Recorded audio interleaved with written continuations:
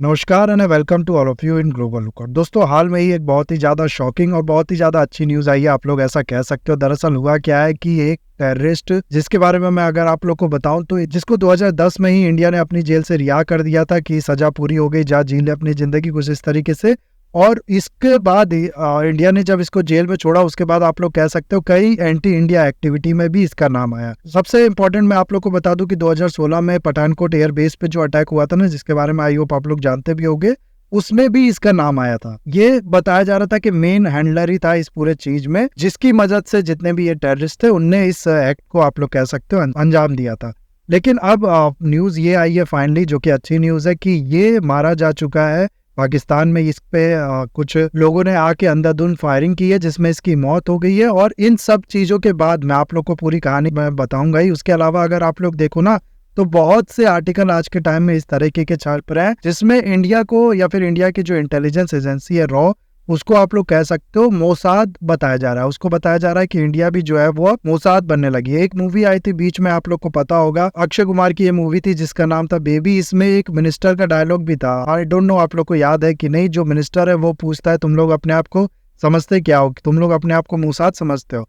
तो इस तरीके की चीज जो मूवी में कही गई थी, या फिर आप लोग कह सकते हो कि ये जो क्लेम किया जा रहा है कि इंडिया भी अब मोसाद की तरह काम करने लगी है, अपने एनिमी को चुन चुन के मार रही है, उस तरीके की बातें अगर आप लोग देखो ना, तो बहुत से आर्टिकल में की जा रही है। हालांकि ये जो शाहिद लतीफ है, इसकी किलिंग में कहीं से भी कोई भी प्रूफ ऐसा नहीं है जो ये कह सके कि इंडिया द्वारा ये कराया गया, लेकिन उसके बाद भी इंडिया से जोड़ के इसको देखा जा रहा है, और जिसके चलते ये जो क्लेम, जैसे कि मैंने आप लोग को बताया, ये किया जा रहा है। तो पूरा क्या है ये स्टोरी, पठानकोट अटैक के बारे में भी मैं आप लोग को बताऊंगा। साथ ही साथ ये जो रॉ और मोसाद वाली बात है, ये क्यों कहा जा रहा है, ये भी हम लोग देखेंगे। बहुत कुछ आप लोग को जानने को समझने को मिलेगा इस वीडियो में, बस आपको एंड तक बने रहना है। और अगर वीडियो अच्छा लगे तो लाइक, कमेंट, शेयर, सब्सक्राइब जरूर करना है। ये जो शख्स यहाँ पर आप लोग देख रहे हो, इसका नाम है शाहिद लतीफ। 2016 में पठानकोट टेररिस्ट अटैक जो हुआ था इंडियन एयरफोर्स के बेस पे, उसमें इसका नाम आया था कि ये मेन हैंडलर था। आप लोग को मैं बता दूं, हुआ क्या था कि 4 मिलिटेंट जो है वो किसी भी तरीके से पाकिस्तान से क्रॉस करके इंडिया में आ गए थे, और पंजाब के पठानकोट में ये जो एयर बेस है जिसकी यहाँ पर बात हो रही है, इसमें ये लोग घुस जाते हैं और फिर फायरिंग करने लगते हैं, या फिर आप लोग कह सकते हो कि इस तरीके से सडन अटैक जो है ये करने लगते हैं। और ये अटैक आप लोग कह सकते हो ये बहुत ही बड़ा शॉकिंग इंसिडेंट था, इंडिया ही के लिए नहीं बल्कि पूरे वर्ल्ड के लिए भी। क्योंकि अगर आप लोग देखो ना, तो होता क्या है कि कोई भी फोर्सेस, चाहे वो एयरफोर्स हो गई, आर्मी हो गई, या फिर कोई भी फोर्सेस हो गई, नेवी हो गई, इनका काम है कंट्री को प्रोटेक्ट करना। ये किसी कंट्री के लिए पावर का सोर्स होता है। कहीं और पे अटैक होता है कंट्री के किसी कोने में, तो इनको भेजा जाता है वहां पर उस चीज से डील करने के लिए। लेकिन अगर आप लोग देखो तो एयरफोर्स के हेडक्वार्टर पे अटैक करना, ये एक तरीके से आप लोग कह सकते हो साइकोलॉजिकल गेम जो था वो प्ले करने जैसा था। दिखाना चाहते थे ये टेररिस्ट कह लो आप लोग, या फिर जो भी ये मिलिटेंट्स है, कि हम लोग इंडिया की जो फोर्सेज है उससे नहीं। टोटल आप लोग को मैं बता दूं कि 8 इंडिया के जो सिक्योरिटी पर्सनल है उनकी इसमें डेथ हो गई थी, एक सिविलियन भी मारा गया था, और फाइनली ये जो 4 टेररिस्ट है ये भी इसमें मारे गए थे। ये पूरा जो अटैक था ना, ये पठानकोट अटैक जो था, ये इंडिया और पाकिस्तान के जो रिलेशन है इसके लिए भी आप लोग एक तरीके से कह सकते हो कि बहुत ही ज्यादा इंपॉर्टेंट इंसिडेंट था। एक तरीके से टर्निंग पॉइंट था इंडिया और पाकिस्तान के रिलेशन के लिए। दोनों कंट्री में जो बातचीत थी वो थोड़ा बहुत होना शुरू हुई थी, लेकिन उसके बाद, इस अटैक के बाद आप लोग कह सकते हो, या फिर इसके बाद उरी अटैक भी जो हुआ, उसके बाद इंडिया ने जो पाकिस्तान के साथ बातचीत है उसको पूरी तरीके से बंद कर दिया। इंडिया ने यह कहा कि टॉक्स और टेरर जो है वो एक साथ नहीं चल सकते हैं।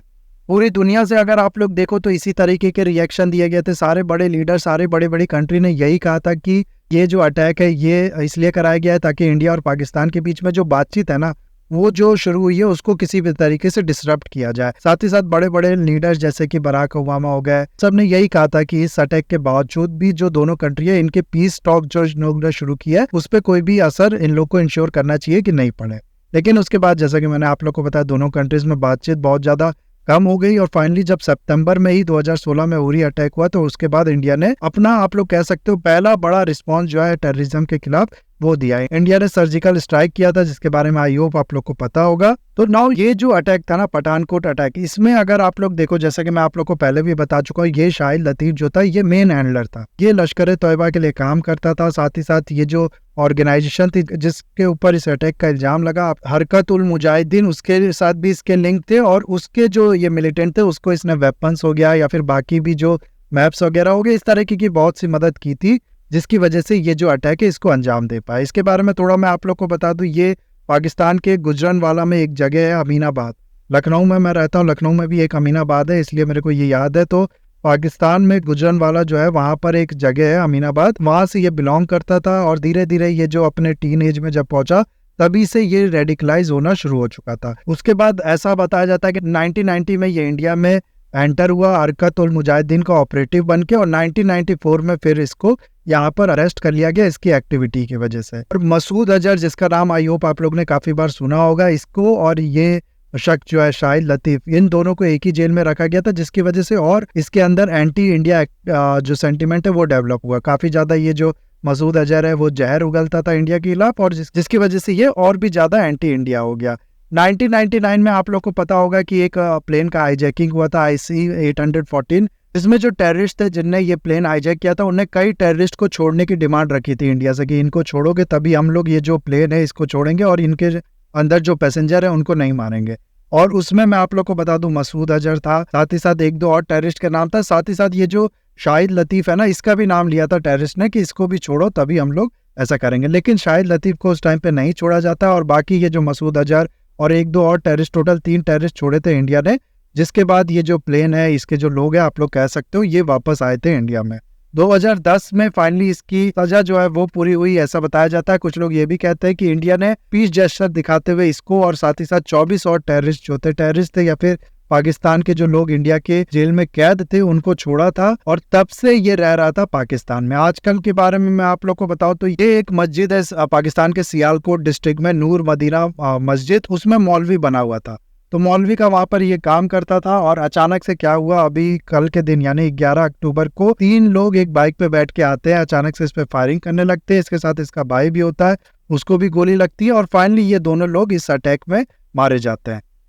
अब जैसा कि मैंने आप लोग को बताया कि ये मस्जिद में मौलवी बना हुआ था, लेकिन 2016 में हो गया, या फिर मैं आप लोग को बताऊं कि 2019 में जो पुलवामा अटैक हुआ ना, जिसमें कई CRPF के जो जवान है हमारे वो मारे गए, उसमें भी इसका नाम आया था। तो मस्जिद में मौलवी बने रहकर भी ये काफी एंटी इंडिया एक्टिविटी जो है उसको कंडक्ट करता था, उसमें अपना रोल जो है वो प्ले करता था। इसकी वजह से काफी खतरा, काफी नुकसान इंडिया को हुआ था, और इसीलिए अगर आप लोग देखो ना तो ये कहा जा रहा है कि इंडिया का हाथ है इस पूरे अटैक के पीछे। इंडिया में ये छोड़े जाने के बावजूद भी 2010 में और उसके बाद भी आज के टाइम में ये डिक्लेयर टेररिस्ट था, ऊपा भी इसके ऊपर लगाया गया था।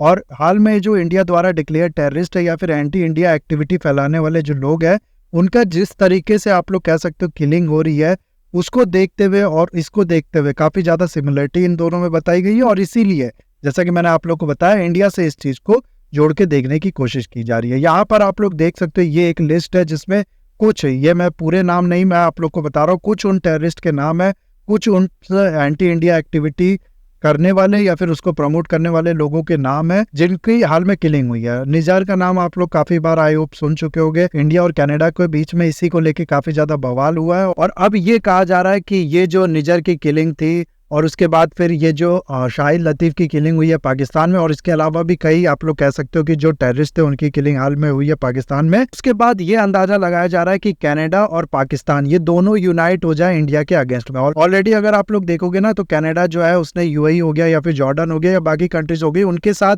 इंडिया के अगेंस्ट में काफी ज्यादा बातचीत की है, काफी ज्यादा इंडिया के अगेंस्ट में स्टेटमेंट देने के लिए उनको परस्यूट करने की कोशिश की है, लेकिन कोई खास सक्सेस कनाडा को मिला नहीं है। पाकिस्तान की तरफ से जरूर ये स्टेटमेंट आया था कि इंडिया ये जो कर रहा है ये बिल्कुल इसमें इंडिया का हाथ है, और साथ ही साथ ये भी कहा था पाकिस्तान ने कि इस तरीके की चीजें जो है इंडिया बहुत टाइम से कर रहा है। लेकिन उसके अलावा अगर आप लोग देखो ना तो कोई और कंट्री का नाम यहाँ पर नहीं आया था जिसने इंडिया के अगेंस्ट में बोला हो। उसके अलावा बाकी नाम भी आप लोग यहाँ पर देख सकते हो। मसूद अजहर का नाम अगर आप लोग यहाँ पर देखो ना, इसलिए यहाँ पर है क्योंकि बहुत टाइम से ये देखा नहीं गया है पब्लिक में, और ऐसा बताया जा रहा है कि इसको भी मार डाला है। बहुत से सोर्सेज ऐसा कह रहे हैं कि इसको भी मार डाला गया है, इंडियन एजेंसीज द्वारा ही मार दिया गया, लेकिन अभी फाइनल आप लोग कह सकते हो पाकिस्तान के अथॉरिटी द्वारा या फिर किसी के भी द्वारा इस तरीके की पुख्ता सबूत नहीं दिए गए, पुख्ता रिपोर्ट नहीं दी गई कि ये मारा गया है। बहुत टाइम से ये दिखा नहीं है, इसलिए खाली अंदाजा लगाया जाता है कि अब ये जिंदा नहीं। उसके अलावा भी यहाँ पर लंबी लिस्ट है, आप लोग देख सकते हो 15 लोगों के नाम यहाँ पर मेंशन है। और लेकिन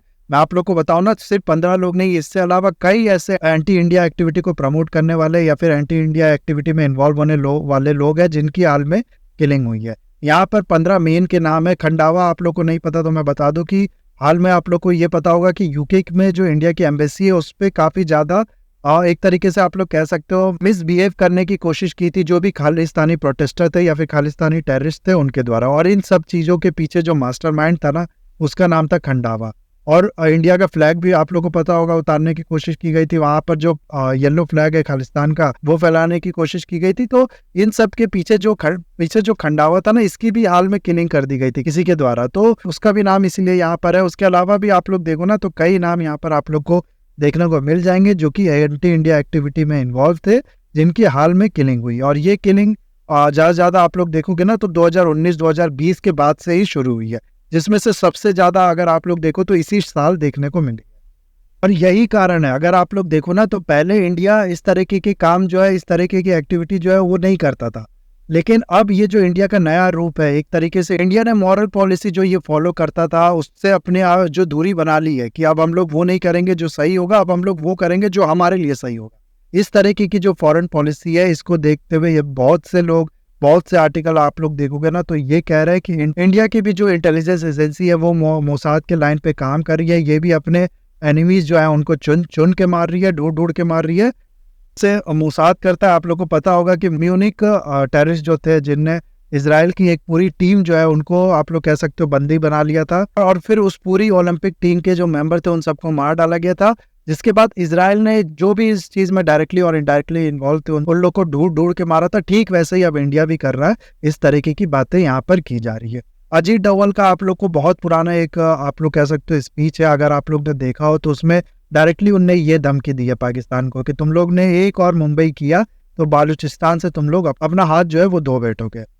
और उनने उस समय डिफेंसिव ऑफेंस की जो स्ट्रेटेजी है उस पर बात की थी कि हम लोग को अपने डिफेंस के लिए, अपने आप को प्रोटेक्ट करने के लिए एक कदम आगे जाके जो हमारे एनिमीज है उनके यहाँ जाके उनको मारना पड़ेगा।